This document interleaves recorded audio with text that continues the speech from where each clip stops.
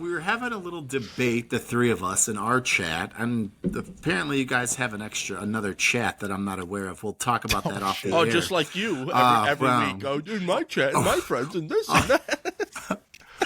oh gosh, busted. Hate to see that. Which NFC North QB is under the most pressure in 2025? Put up or shut up time.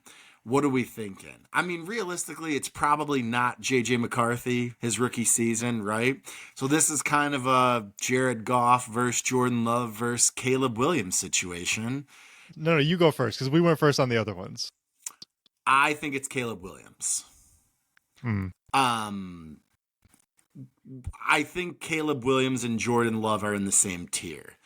I feel like Caleb Williams, because of the Ben Johnson hire, because of all the additions on offense, because of how well Jaden Daniels played last year and how good Drake May looked at times.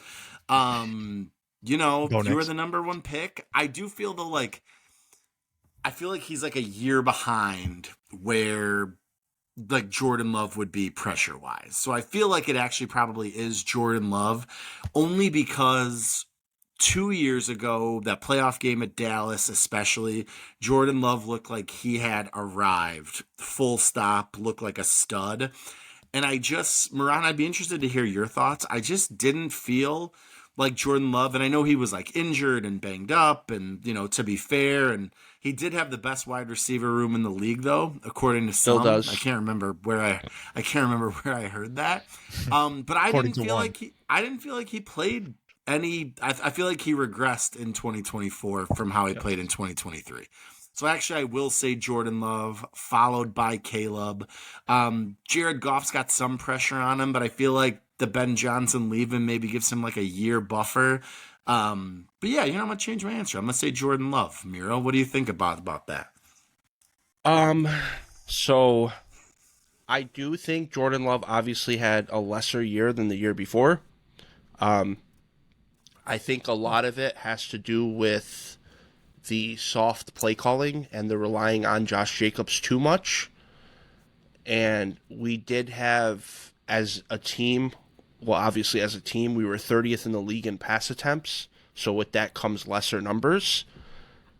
He also missed 3 games.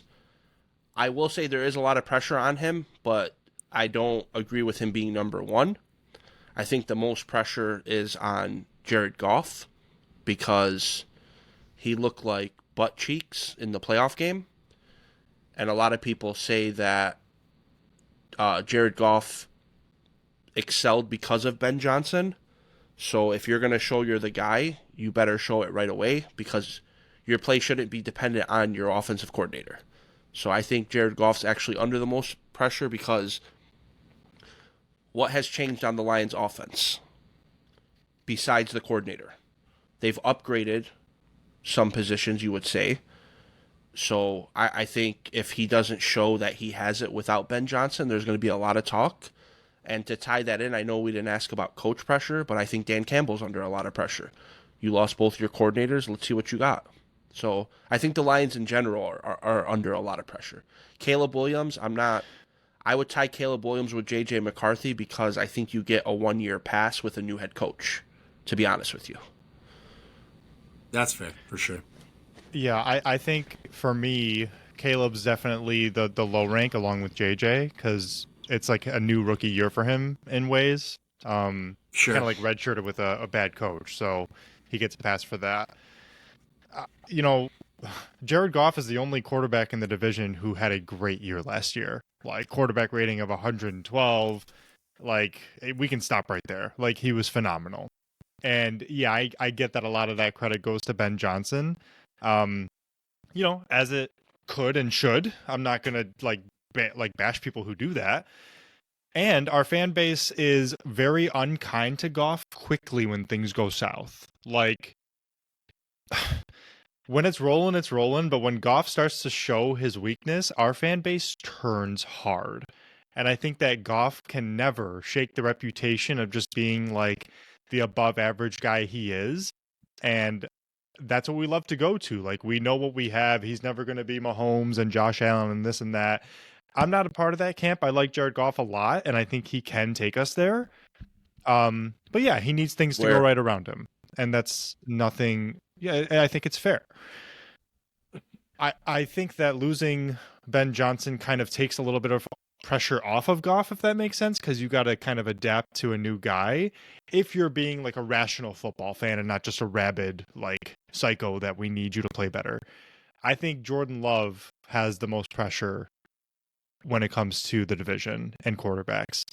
I think one thing you guys forgot to mention is his contract. He makes a lot of money now. I didn't think he about makes that. just Right? as much money as Jared Goff. And if you're not going to play up to that level, then you are going to get bashed. And I don't know how you're 30th in pass attempts when you're paying your quarterback that much money. That's insane to me. He missed 3 games, and we handed the ball off with Malik Willis. I get that. And I can understand that, but I can also, like, even with Jordan Love playing, he doesn't throw the ball as many times as he probably should, depending, like, when you're looking at the money that goes. We can crunch the numbers on that, but I think that both of you are right. I think he did regress last year. So that's where I'm going to disagree with you, because we talked about when Josh Jacobs was signed last year on this pod.